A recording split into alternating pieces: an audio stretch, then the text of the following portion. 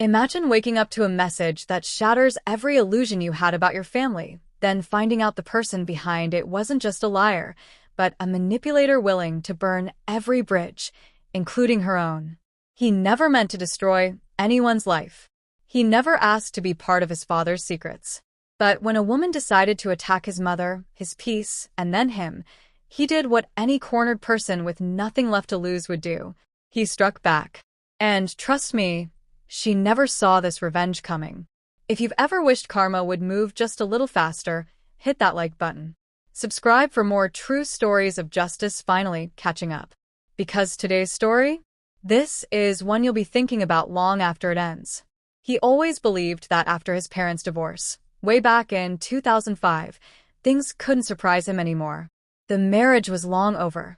The dust had settled, and both parents had moved on with their lives. His father was flawed, sure, but harmless in the way middle-aged divorced men tend to be. Lonely, hopeful, a little impulsive. So when his phone buzzed with a Facebook Messenger notification, he didn't think much of it. Probably spam, another fake account trying to sell something. But the second he read the message, his stomach tightened as though a cold fist had reached inside and squeezed. Your dad is sleeping with his best friend's wife. That was it. No greeting, no explanation. Just a bomb dropped into his ordinary afternoon. He stared at it for a long moment, waiting to feel something: anger, betrayal, disgust. But nothing came. His parents were divorced. His father's love life was none of his business. Still, something about the message felt off. Too personal. Too pointed. And why send it to him? He typed back a simple response. Who is this? But the account disappeared almost instantly. Gone. Deleted. Like it had never existed. He shrugged it off. It wasn't his battle. If his dad wanted to chase trouble, that was his problem. But trouble has a way of spreading. A week later, his mother got a strange text. Stay away from him. He doesn't want you. Stop embarrassing yourself. His mother frowned and showed him the phone, her brows knitting together. The number was unknown. Who would send that? She asked. He shook his head. Probably someone bored. Just block it. She did. But blocking one number only made space for another. The next day. Pathetic. Leave him alone. Then, you're nothing. Move on. His mom, a woman who prided herself on dignity and silence, tried to ignore it.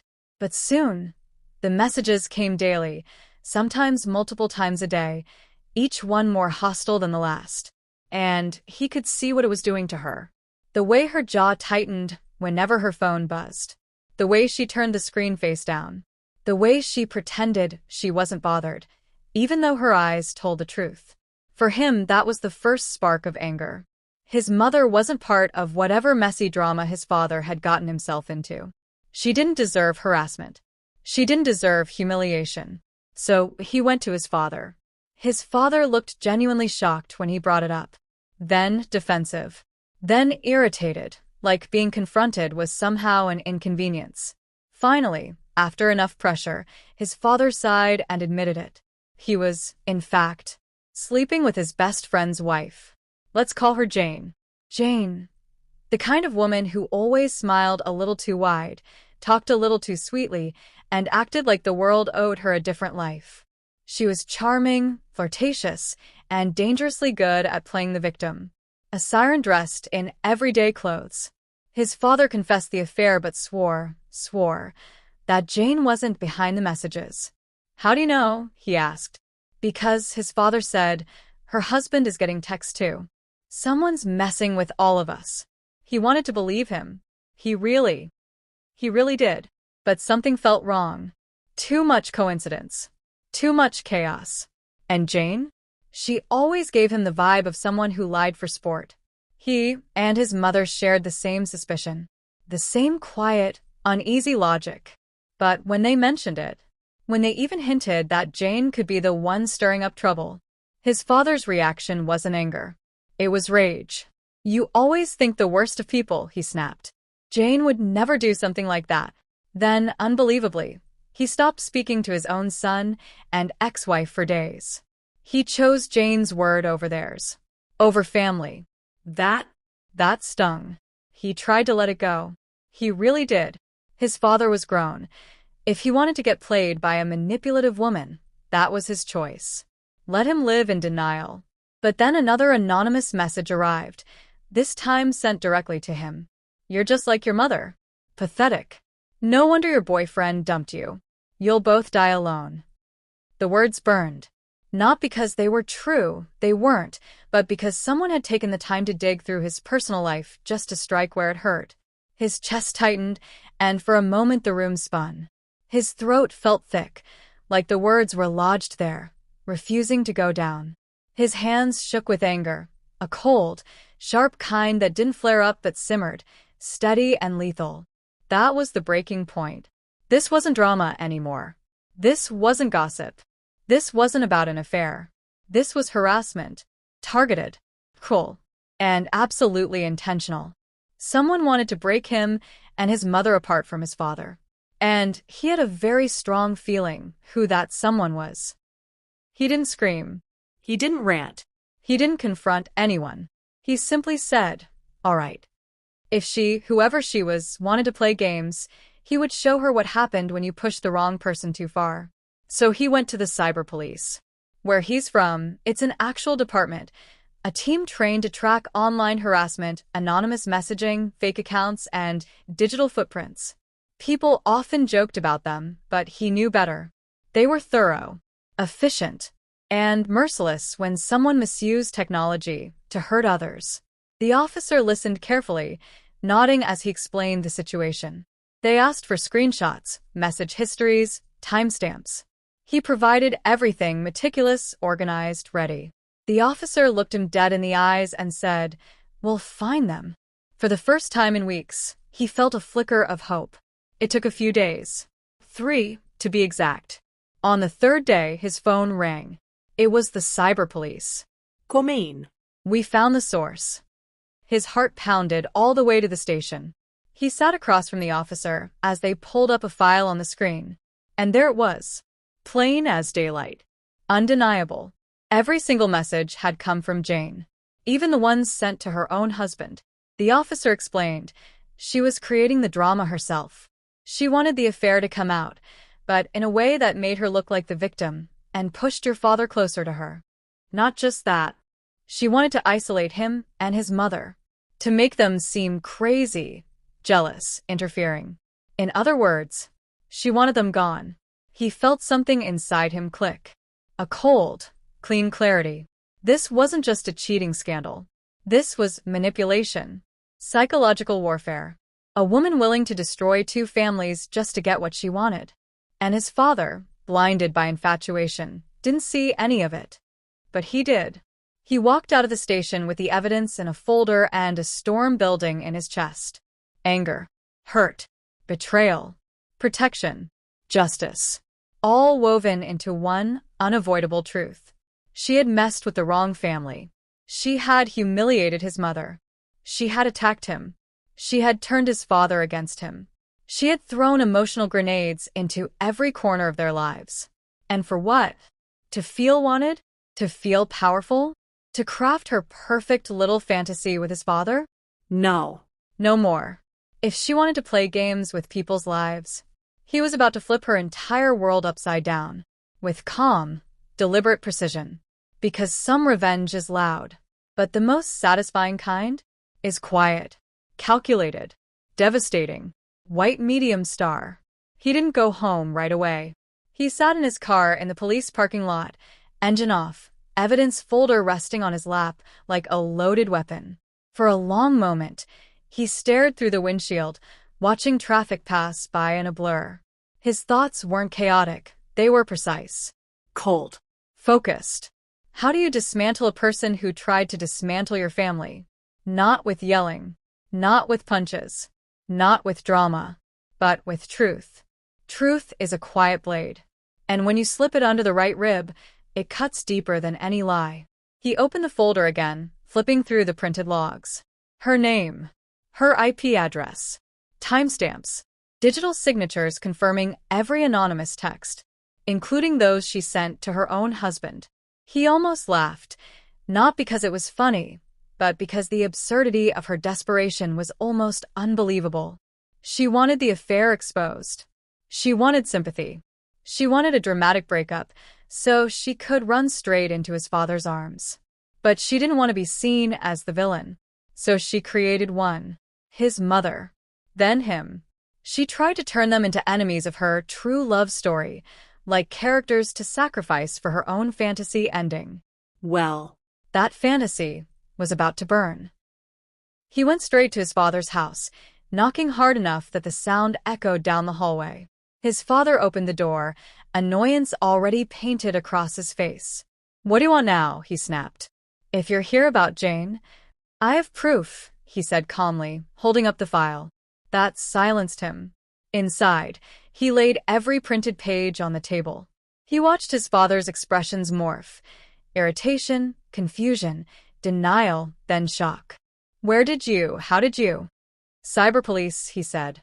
"They traced every message." His father picked up a page, read it twice, and slowly sank into a chair, shoulders heavy, face draining of color. "She did this," he whispered. "She did all of it." His father pressed a hand to his forehead. "She sent those messages to your mother?" to you? "But why the hell would she text me about her husband?" "She was texting her husband, Dad," he corrected. "She wanted him to find out. She was manufacturing a reaction, so she could spin a sob story." Realization hit his father like a sledgehammer. "And I defended her," he murmured. "I yelled at you. I didn't believe you." For a moment, the man looked smaller, older, than his son had ever seen him. And despite everything, despite the hurt and the anger, he actually felt a flicker of sympathy. People do stupid things when they're lonely. But Jane? She wasn't stupid. She was calculated. His father looked up, eyes filled with shame. "I'm so sorry." He nodded. "You weren't the one attacking us, Dad. But now you know who was." His father swallowed, then said quietly, "What are you going to do?" That was the first time he'd asked. The first time he cared what happened next. He picked up the folder and said, "I'm going to make sure she never does this to anyone again." Jane's husband was a good man. Clueless. Heartbreakingly clueless. But good. He had no idea what his wife was doing behind his back, and definitely no idea she was sending herself fake threatening messages just to push him away. He deserved the truth. So he waited until evening, when the man had returned from work, and knocked on their door. When the husband opened it, the exhaustion on his face said everything. Long day, long life, long list of burdens he probably didn't deserve. "Hey," he said gently. "I need to show you something. It's about your wife." He didn't accuse. He didn't confront. He didn't shove blame down the man's throat. He simply handed him the evidence. He watched the man's face drain as he read. His hands trembled. His lips parted. His eyes widened in disbelief, then betrayal, then devastation. She sent these to me," he whispered. "And to my mother. And to me." The man looked like his world had been yanked out from under him.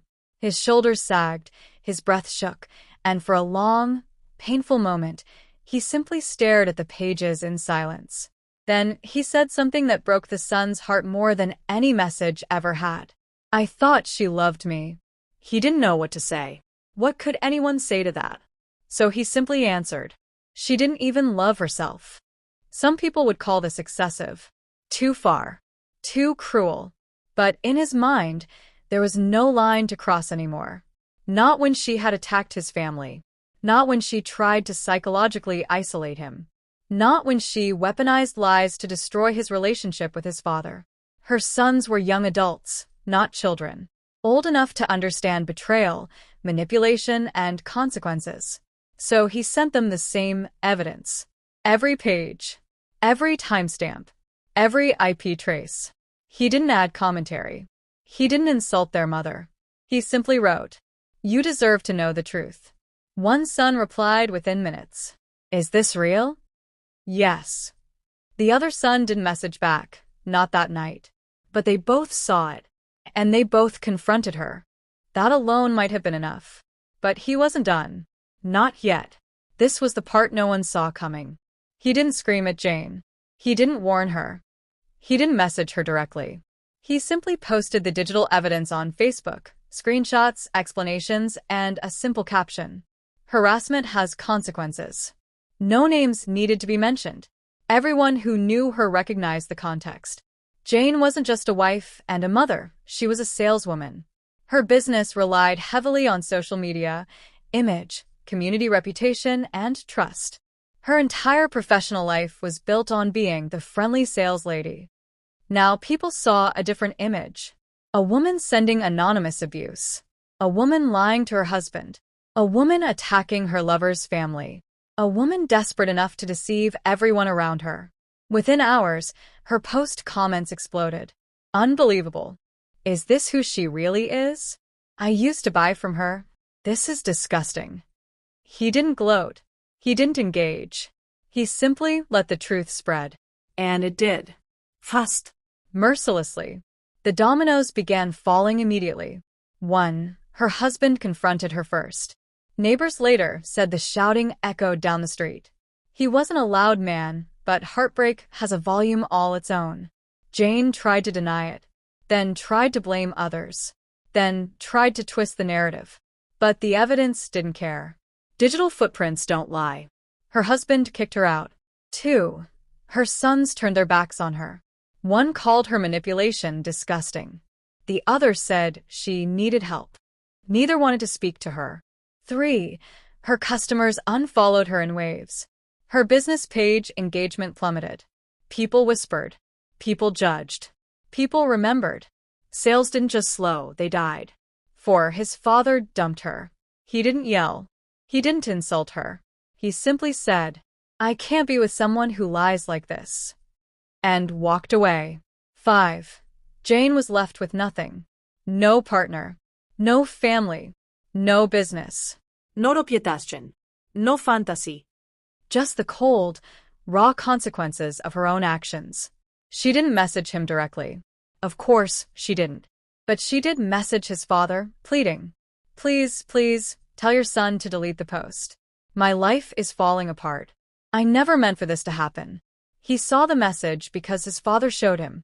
He read it once, then again, and a strange sense of calm washed over him. Not victory, not joy, not cruelty, just closure. She never meant for this to happen. She meant for much worse to happen just to someone else. She meant to isolate him.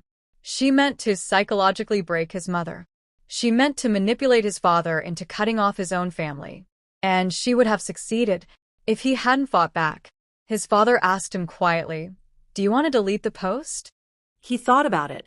About his mother crying silently at night and pretending her heart didn't hurt. About the way he felt reading those anonymous messages. About his father defending a liar over his own son. Then he answered, No. "She deserves the truth. And truth doesn't get deleted."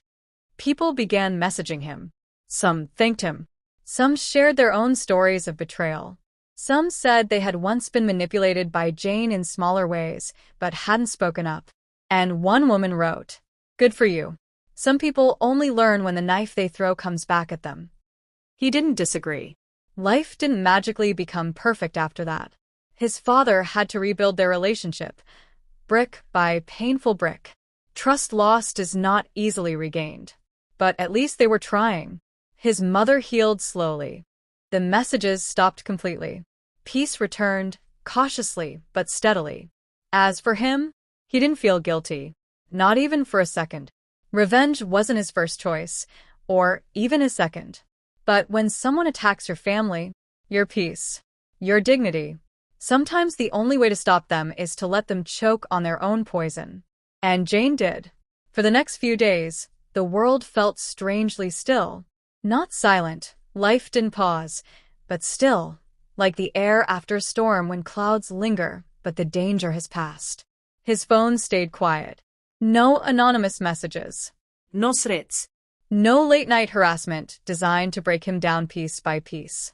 The poison had been cut off at its source. But peace after chaos always feels unfamiliar. You don't trust it right away. You keep looking over your shoulder, expecting another hit, another lie, another emotional ambush. Only this time, nothing came. Jane was gone. Her messages stopped. Her power evaporated. And he felt something he hadn't felt in months. Control. Not over other people, but over his own life, his own boundary, his own dignity. He had taken back what she tried to steal. His mother noticed it too. One morning, she looked at him across the breakfast table, tired eyes softened by relief, and said quietly, "It feels like I can breathe again." That was the moment he knew he'd done the right thing. A few evenings later, his father came to visit. Not as a man defending a mistress, not as someone blinded by ego and desire, but as a father trying to piece together what he had broken. He hadn't looked this humbled since the divorce. Shoulders low, hands clasped, eyes searching for something he wasn't sure he'd find. "Can we talk?" his father asked gently. He nodded and let him in. They sat at the dining table, and for a moment, neither spoke. Then his father finally said, "I know I messed up." It wasn't dramatic. It wasn't tearful. It wasn't a grand apology. It was honest. And that made all the difference. He looked down at his hands as he continued. "I didn't want to admit she was using me. I guess. I didn't want to feel like a fool." "You weren't a fool," he replied. "You were lonely. That's different." His father's eyes softened a little. "Still, I should have believed you. I should have protected you. And your mother." A beat of silence. "I forgot what matters most." He studied the man across from him, aging, flawed, imperfect, but trying. Trying now in a way he hadn't before. "It's not too late," he said quietly. And his father exhaled, a long breath of guilt unraveling into gratitude. "I want to be better," he said. "For both of you." He didn't offer immediate absolution. Forgiveness isn't a switch you flip, it's a slow rebuilding, a gradual thaw. But he did offer this. Then start with the truth. No more secrets. His father nodded, not in the casual way people nod to end conversations, but with a depth that said he really meant it. And for the first time in months, something between them mended a little. Not fully, but enough. Word spread further than he expected. A neighbor pulled him aside at a grocery store. A family friend messaged his mother with condolences. A co-worker of Jane's husband whispered that she'd ruined her own reputation. People didn't attack her publicly. That wasn't the kind of community they lived in. But they remembered. People always remember. Jane tried, at first, to salvage things. She reached out to old customers. She posted motivational quotes on her page. She even tried a vague apology post, the kind that says everything but admits nothing. But her engagement sank like a stone. Nobody believed her. Nobody wanted to. Her downfall wasn't dramatic. It wasn't explosive. It was quiet. Social. Permanent. Reputation once cracked loses its shine. She eventually moved away. Rumors said she packed up and left the city entirely. A fresh start? Maybe. But the truth traveled with her. A month later, he got a text. He stared at the message for a long moment, and then locked his phone. He didn't delete it. He didn't block her. He just left it there. Because some messages don't deserve responses. Some apologies come only after consequences, not remorse. She didn't apologize when she was attacking his mother. She didn't apologize when she was attacking him. She didn't apologize when she was lying to her husband. She apologized only when the walls caved in on her. And he wasn't responsible for picking up the pieces of a life she shattered herself. People always expect a final showdown, a screaming match, a dramatic face-to-face. But the most brutal ending is the one she never saw. Silence.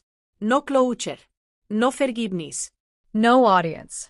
Just the cold, quiet knowledge that she lost everything, and no one fought to keep her. She had controlled the narrative for so long, the lies, the manipulation, the emotional warfare, that losing control was its own punishment. She tried to craft a fantasy. She ended up living a consequence. And he didn't have to raise his voice once. Months passed. Life returned to normal, or a new version of normal. He learned to trust his instincts. He learned that love doesn't excuse manipulation. He learned that silence can be just as abusive as shouting. He learned that even parents can fall for toxic people. But he also learned something else. When you protect your family, you protect yourself. He wasn't proud of everything he did, but he wasn't ashamed either. He didn't lie. He didn't fabricate. He didn't manipulate. He exposed the truth. And truth is a justice system of its own. His mother grew stronger.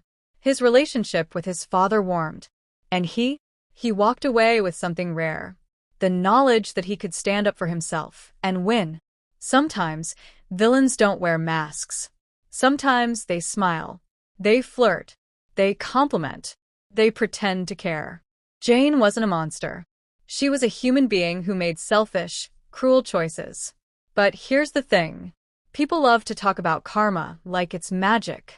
But sometimes karma needs a little push. And he was that push. Sometimes justice isn't loud. Sometimes it isn't pretty.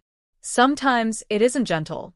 But when someone tries to destroy your family, your peace, your reputation, the most powerful revenge is letting their own actions tear them down.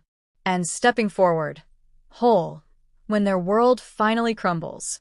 If this story hit you in the chest, smash that like button. Subscribe for more real stories where truth wins and karma doesn't miss. And tell us in the comments, what's the worst manipulation you've ever seen someone try to pull? Because sometimes the biggest villains are the ones who think they'll never get caught.